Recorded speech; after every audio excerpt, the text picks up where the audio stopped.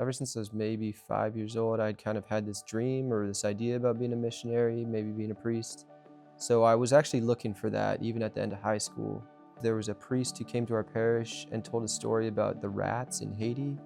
And as a 5-year-old, that made a big impression. I thought I could go to Haiti and help with the rats problem. That's all I remember. I had no idea, practically speaking, how one goes about being a missionary in South America, but I thought if the opportunity came up, I would take it, and sure enough, it did. So basically, when I came back, I thought I'd be happy to be back in the U.S.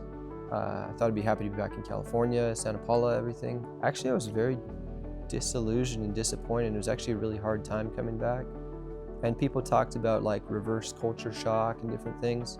But eventually I realized what it was is I had been doing something really important and really meaningful and fulfilling during my time there.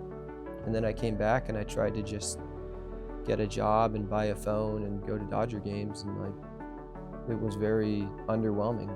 I went back to college. I went to transferred to Cal State Northridge, got a degree in psychology. And by the end of that time was really sure I was looking for something more. And this idea of the military chaplaincy started to be pretty solid on my heart. Finding people who are in difficult circumstances and bringing the hope of the gospel to them, that started to seem like something that I was being called to do in the military. Here and there I would get a glimpse of like what I had dreamed of doing as a priest. I would have people ask me for prayer or for advice or something in ways that I thought was what I was looking for. On internship, you don't obviously get to say Mass or hear confession, which I still can't do as a deacon. So the closest I could get was praying with people or talking to people.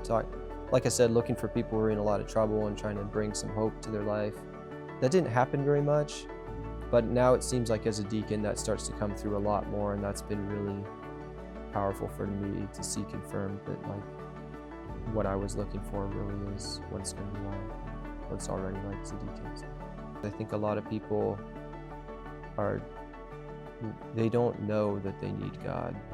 They don't know that the emptiness in their life is because they don't have God with them.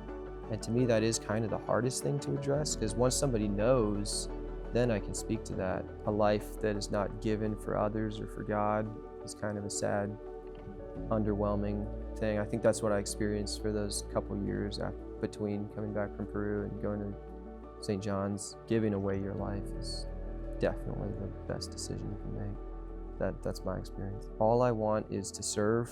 All I want is to come and have people ask me for help with all the different things that they want, whether it be like their parish group or their ministry or them individually, whatever. That's what I'm there for. So